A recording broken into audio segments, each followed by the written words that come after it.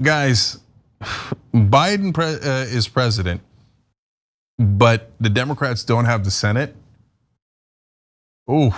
Recipe for disaster.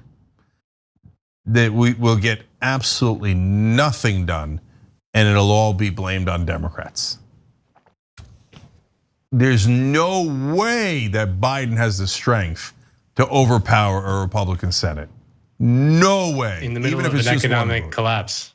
What's that, Nando? That's the real, in the middle of an economic collapse. I mean, that's the real nightmare, right? Because the economic collapse requires like massive stimulus, which the Republicans will just be happy to block every single time. And the Democratic administration will be blamed, fueling a right-wing backlash more furious than the last one.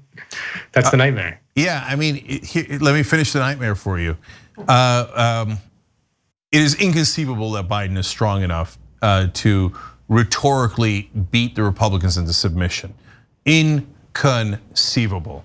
And that means absolutely nothing gets done unless Mitch McConnell is thrilled to do it, which means Mitch McConnell is president, but all the things that go wrong will be blamed on Biden and the Democrats, setting up a smart fascist coming around this time in 2024, and then brace for impact. So we got to talk about what we can do about that as progressives, because we might have to go to war way quicker than we imagined, because I didn't have them not winning the Senate on the board. And we also have to, here, let's jump into this right now. Nando, what happened here? Okay, we know Democrats didn't run as strong, blah, blah, blah. I'm not talking about that. I'm talking about, why did the polling tell us that Cal Cunningham was gonna win, as an example, and that Biden had much more comfortable leads in the Midwest, et cetera? The Midwest is still up in the air, so it's hard to tell what's actually gonna happen. Was the polling just wrong again? Or what is this Trump unlikely voter thing real? Can Democrats do likewise? What's your first take on what happened? Well, it strikes me as that the support that there is amongst for Democrats is just kind of soft, if that makes sense. Like, it's like if people are asked, then yeah, they prefer the Democrats, but it's not solid support. It's not support that motivates people to go out to the polls. It's not, as the American electorate becomes more and more polarized and people kind of retreat into their tribal camps or whatever, elections become all about riling up your base and turnout, and so when people are asked the question and posed to them, they're like, yeah, I don't like Trump, and yeah, sure, I'll take the box for the other guy. But if you don't give those people any reason to go out and actually do a positive act of voting, then they won't do it. I mean, I remember in 2018, I'm from Florida, like we all thought Andrew Gillum was gonna win. We all thought Bill Nelson was gonna win, and they lost to Rick Scott. Rick Scott, who was the governor of Florida, responsible for the largest Medicare fraud in the history of America, and the most unpopular governor in America at the time, wins the Senate race. And despite the polls showing that Nelson had a decent lead. I just think that the support for Democrats, because they don't campaign positively for an agenda that people actually want to vote for, they just kind of vote. They just kind of run this prevent defense, to use like a football analogy. They're in the lead. There's more Democrats in America than there are Republicans. That's true.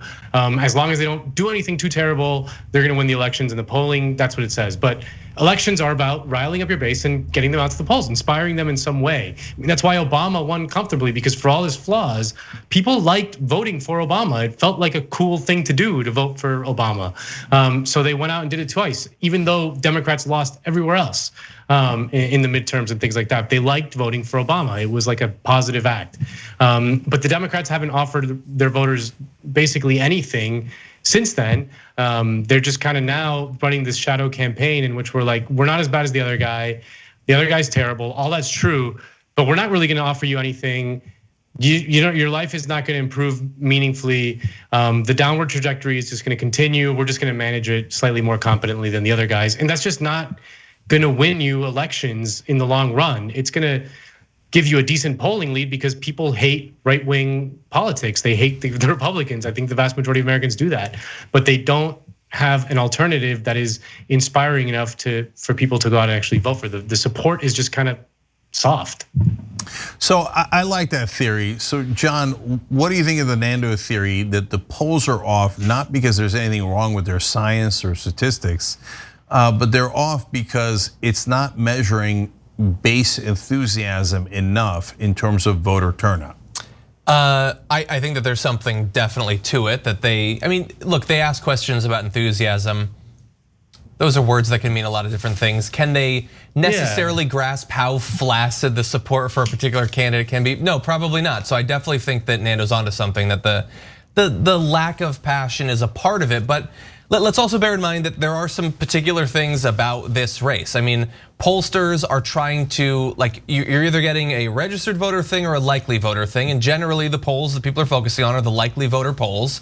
And trying to decipher who is a likely voter in this particular election, Donald Trump's re-election, and in the midst of a pandemic that is gonna have far more early voting than ever before, is gonna be more difficult because, look, there was a ton of early voting, but what you also had, in theory, was a couple of weeks of news about how much early voting there was and how it was skewed for the Democrats. And so we don't know for sure if that might have had an effect on some Republicans' day of, that maybe after hearing for weeks that, oh my God, the Biden vote is really coming in, maybe they're a little bit more likely to vote. I honestly don't know. I think it's probably a combination of both of those things. Biden is not a candidate that's inspiring a lot of really strong support. And also, this is a wacky year. Thanks for watching The Young Turks, really appreciate it. Another way to show support is through YouTube memberships. You'll get to interact with us more. There's live chat emojis, badges. You've got emojis of me, Anna, John, JR. So those are super fun. But you also get playback of our exclusive member-only shows and specials right after they air. So all of that, all you gotta do is click that join button right underneath the video. Thank you.